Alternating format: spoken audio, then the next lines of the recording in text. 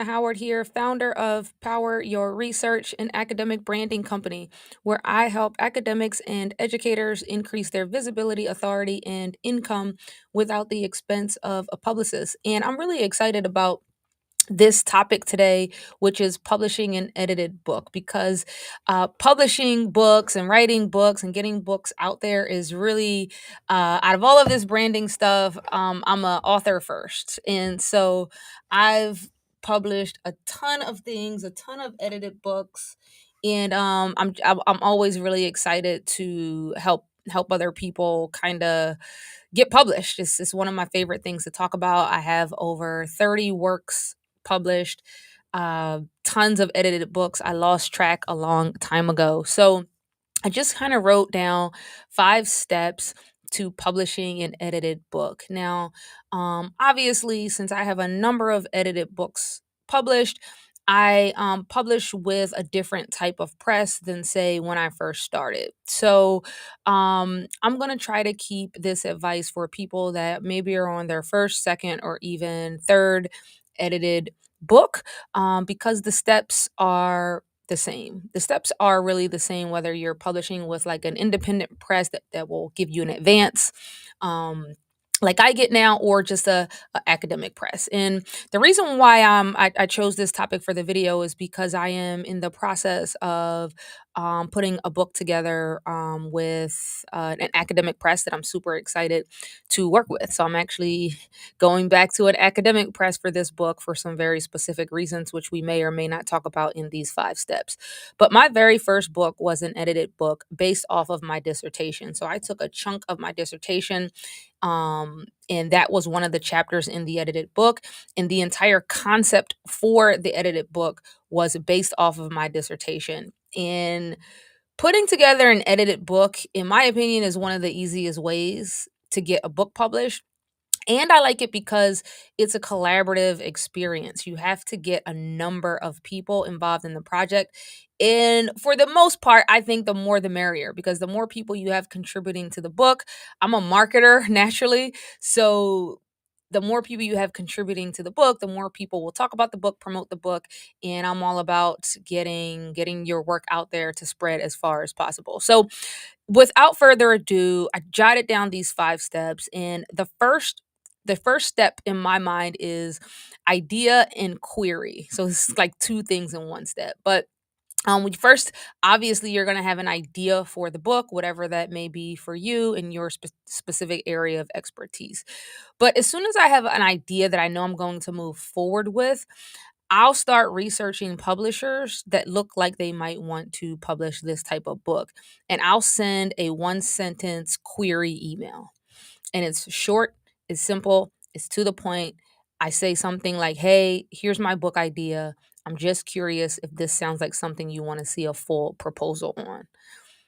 I like doing it this way because you're either going to get a yes or a no. And it already puts an idea in the acquisition editor's mind that, okay, I'm looking forward to seeing a proposal from this particular person.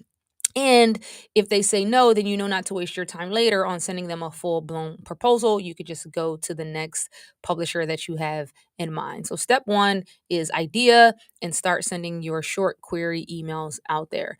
And by the way, if you are in my Patreon community, you get all of the book proposals that I have sent to publishers. Every book proposal I've sent to a publisher has been um, published, right? I never wrote a full book proposal that wasn't published for my academic books.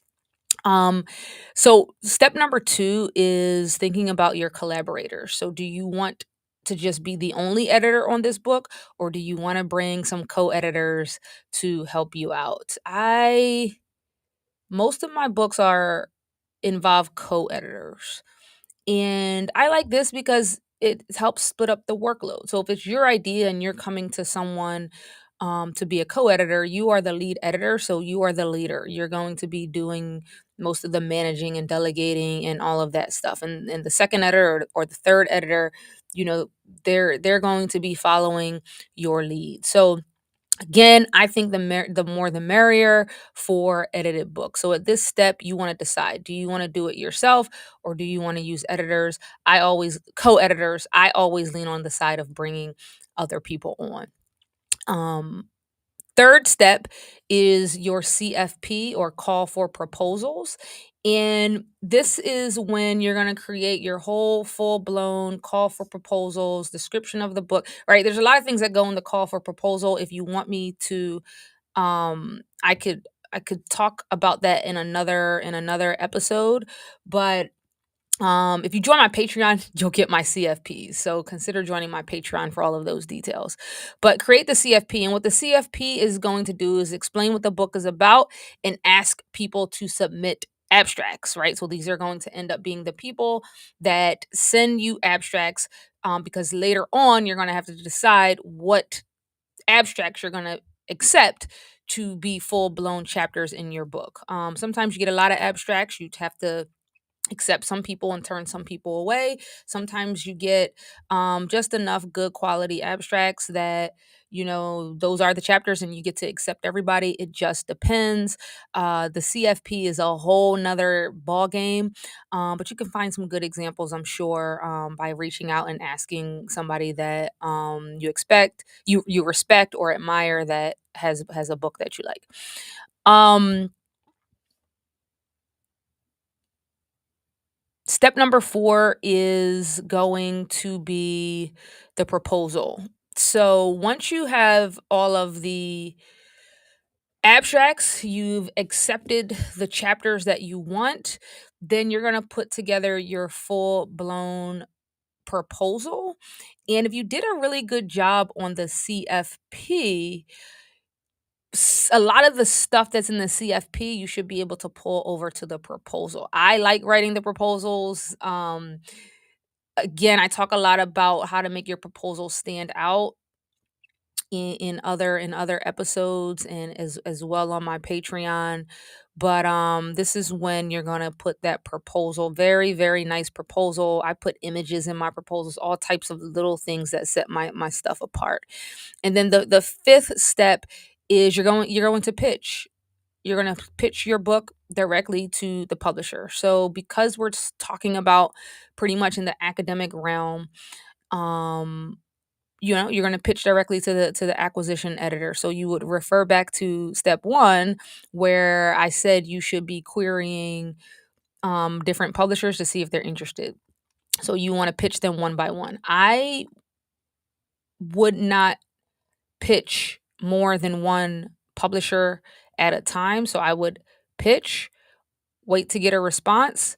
If they say no, I would move on to the next one, but I wouldn't send out like 3 pitches to 3 different publishers at the same time. I just don't think that is best practice, because publishing an edited academic book is much different than like pitching to agents, and when if you're writing a novel or something like that. So yeah, those are the 5 steps. Step 1, idea and query. Step 2, decide if you want collaborators in terms of co-editors.